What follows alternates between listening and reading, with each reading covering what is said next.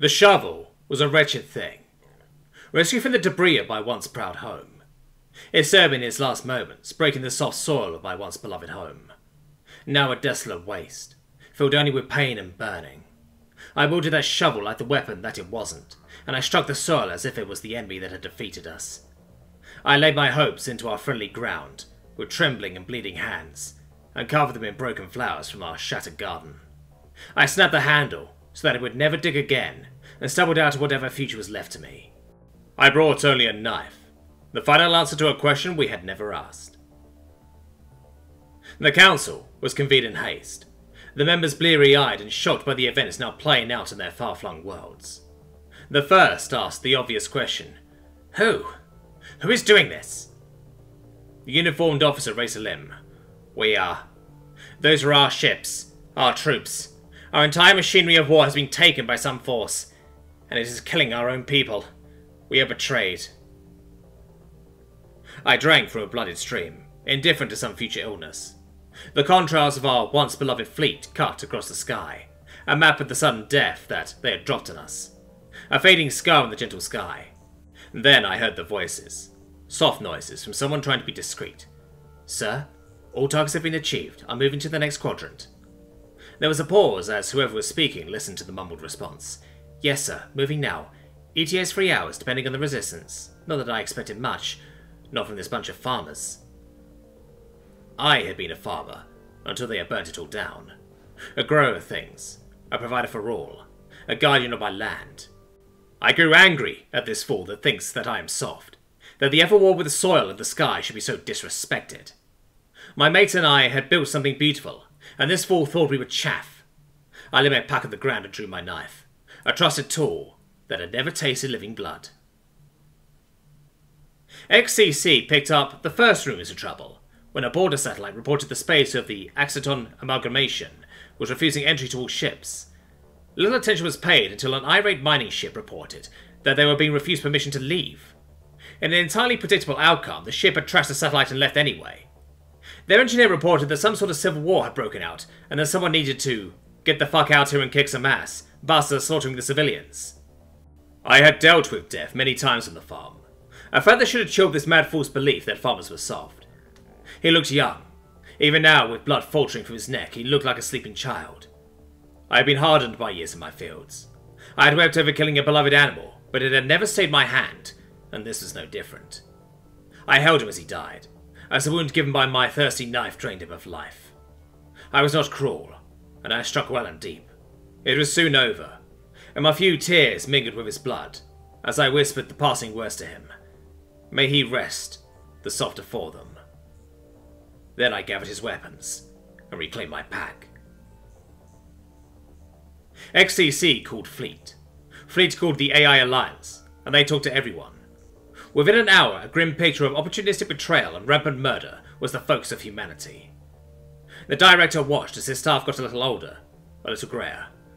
Alright, declare the citizens of the Axeton a disaster area. Pull our people out. Get our diplomats in there right now. Send them in battleships. Fleet, I need you ready to take the whole fucking mess down. If they can't fly, they can't blow up their own cities. Intel, I need you to track and trace this mess. Find out who I'm supposed to talk to. Ask the Red Fleet to move, with my compliments, and tell them we will pick up the bill. The polished wheels of mankind spun up, determined that those that could be saved would be. No life taken freely, no death inflicted without consequence. Humanity stood with the ghost of its failure, watching, and trying to be better. The Red Fleet was a curious thing. At once heavily funded by humans, but designed for everyone else. It was a bizarre offshoot of the Library Project, and indeed shared some of the same ideals. The Red Crescent, Red Cross, and the Red Pie have found themselves handed problems of all types of xeno life, and have banded together to exchange information, then personnel. Then they were handed a charter and a budget and told to carry on. They were given retired fleet ships as a matter of course, and they were sponsored by anyone that needed to save their reputation. It had come as something of a shock to a collection of people that had just wanted to help when they became a political and logistical force in the galaxy and between themselves. They referred to themselves as Disasters Are Us. This practice fleet began to converge on the disaster area. The weapons were in a sad state. I took them apart and gave them the sort of attention they deserved, a deep clean and with a whispered apology. The young man that lay crawling on the dirt was obviously remiss in looking after his tools. I searched him for ammunition and took what he had. I left him with my knife in his hand so that he wouldn't face the demons without a weapon. His comms chattered at me, familiar and local voices calling death on me and mine. My new long gun would meet them on the road, and the sun would fall on their dead, as it had fallen on mine. This is the Human Rescue and Recovery Fleet. We are responding to the declared disaster in your territories and we need data. The Xeno satellites sat there being stupid until a CAN voice stated, "No ships are permitted. Please apply to your local consul for a visa." The director of the Red Fleet shook her head. "Okay, tell our engineers not to punch that piece of shit out of space or hand its broken shards to Intel. I'll expect a report about nothing in an hour. We move to the first target now." She looked at her notes. "A farming world, with 53 million inhabitants, and a 3% attrition rate. Shit, that was a lot of bodies." She hit the comms. "We are going into an ongoing war. We know nothing yet, so gear up." She paused for a moment, and then stilled herself to continue. "This is a bloody mess. Civil wars mean you can't trust anyone. Get on the ground and save what we can. May Danu preserve us." The tree was old, well grown and often cropped. My neighbour used to talk to them as he worked. He called it honouring them. He had been alone too long since his mate had passed, but it had seemed to work. I found a few words and asked it to take my tired weight as I crawled up into cover. Once I had settled in, I had a perfect view of the bridge, and the chattering voices from the comms told me that it would not be long. I broke open the few supplies my drained mind had thought to grab. My child's lunchbox, ready for a school day that would never happen, in a school that was now burning. I put that aside, preferring to die today than open it. The long gun felt warm in my arms, and I settled in with some dry biscuits. The Red Fleet drew closer, as the director read the report that had never been written. She dropped it softly on her desk and leaned back. Fuck. She pushed a call through to the fleet that was, as usual, hanging about like an unwanted suitor, waiting for the magic words that would somehow make it better. "Bob, get your shit together. We are under fire and we need Miltech. Help."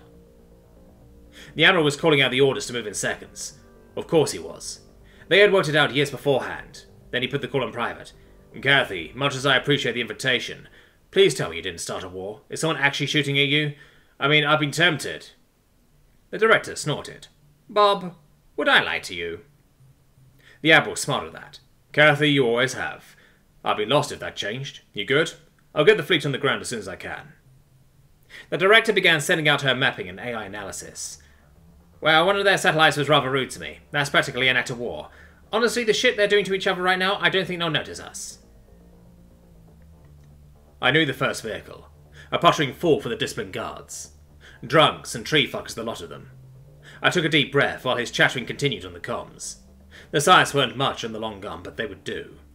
I sent a tight ball of plasma right through him, his stupid voice and his idiot friends.